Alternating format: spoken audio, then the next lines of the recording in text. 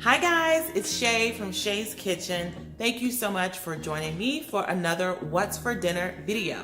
I'm switching things up a little bit this week. Instead of me just doing separate videos for each meal, I've combined all of my weekly meals into one video. So I definitely hope you guys like it, and leave a comment down below if you would like to see or continue to see my What's for Dinner in this format. So without further ado, we'll just go ahead and show you what we had for dinner last week. Sunday's dinner is chicken shawarma. I already had these spices mixed from a previous batch, so tap the little I in the upper right hand corner to watch that video, or you can check the description box below for further details. This recipe is very easy, but it's best if you let the seasonings marinate. I, however, was pressed for time, so there was no marinating for me. Simply massage the 3 halved chicken breasts with some EVOO, the shawarma seasoning, and a little bit of extra kosher salt in a large bowl. Then, in a large skillet, saute the chicken breast in EVOO or coconut oil for about 3 to 5 minutes on each side until it is done. This cooking time will vary depending on the thickness of your chicken. So notice there how I almost put another piece of chicken in the skillet, but then I changed my mind. That's because I am always cautious of crowding the pan. These chicken breasts cook up with such a golden, delicious coloring and are so easy and so delicious.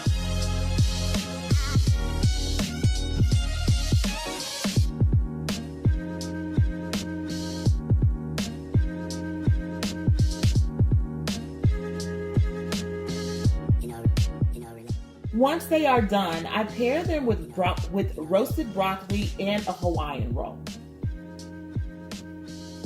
Steak is on the menu for Monday, specifically my absolutely favorite cut, ribeye. These ribeyes are from my butcher box, and let me tell y'all, they are delicious.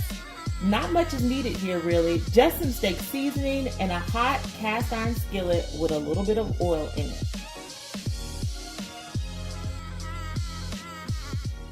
Over medium-high heat, sear these bad boys up until they reach your desired degree of doneness. I'm aiming for a little bit of peakness, somewhere in between medium well and well done.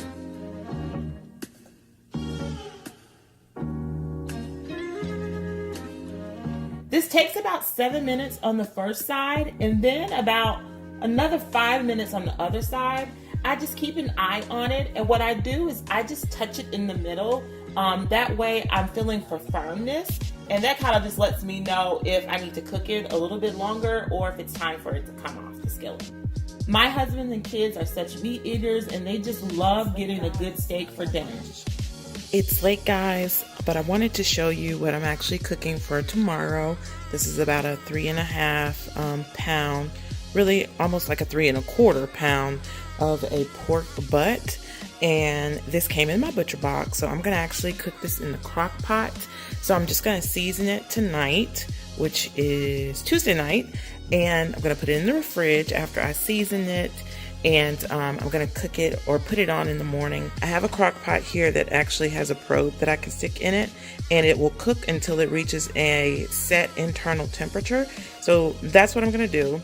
What I've done is I've put little slits in the actual pork, and I have some garlic cloves, and I have some pre-made like dry rub seasoning. So I'm just gonna go ahead, rub it down, stick the cloves inside of the meat, and season it and put it in the refrigerator to marinate until I get ready to put it on in the morning. All right, guys, so here is the pork butt that has already been patted down and seasoned down, and you can see the little garlic cloves sticking up. And I just wanted to quickly show you, this is the dry rub seasoning that I've used. Unfortunately, I got this actually from my stepfather. He worked in like a Marriott kitchen and he was able to grab this, and I'm down to about this much. But this stuff is the bomb. Like, I wish I could get some more. I don't think I can get any more, but I'm sure any dry rub would work. But this is what I have, and this is what it looks like. So I'm gonna go ahead and cover it, put it in the fridge, and let it marinate. And I'll show you guys what it'll look like when I turn on the crock pot in the morning. Pull the roast out the fridge, and I'm about to just go ahead and set this to 145 degrees with the probe so that it can start cooking. Now here is the finished product, and you guys, it not only looks good, but the smell in here is just off the chain. I'm gonna go ahead and serve these up with some beans, some rice, and some veggies. On Fridays and Saturdays, I like to prepare fast food comparables. So today it's burgers and fries. You already know I have meat eaters, but beyond that, guys, I have burgers and fries eaters. They will take it every night if I were to give it to them. So to start, I just break up my ground beef to prep it for seasoning. And basically what I mean is that I just take my fork and break up the ground beef into pieces. Then I add salt, pepper, seasoned salt, whatever kind you have will be great. And then I mix it into the meat very, very well using my hands, or in this case, a fork.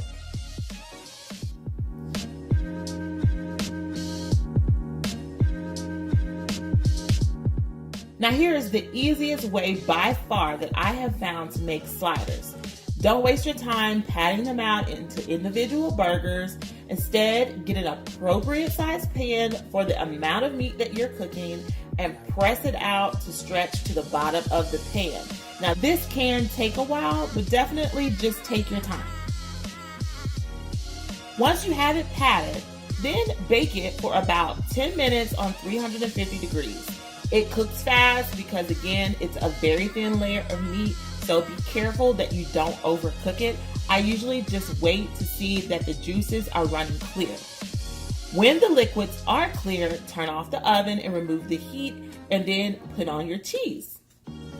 Simply place the meat pan back into the oven that has been turned off and let it sit for about 30 to 45 seconds. This is just to allow the cheeses to melt over top of the meat. And then once you take it out, just cut it up into little squares to prep it for your sliders. Now you can prepare your sliders by putting anything that you want. We just like it simple with mayo, mustard, and ketchup.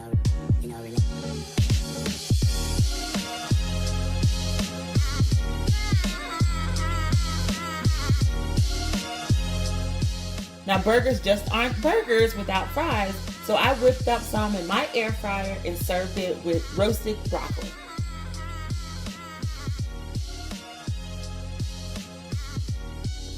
Hope you guys enjoyed the video, and thank you so much for stopping by. Please leave your comments down below, and don't forget to subscribe to the channel. And while you're at it, don't forget to hit the notification bell. That way you will be notified each and every time I upload a video. And check me out over on my Instagram. You can find me there at Shay's Country Kitchen. See you guys soon. Bye-bye.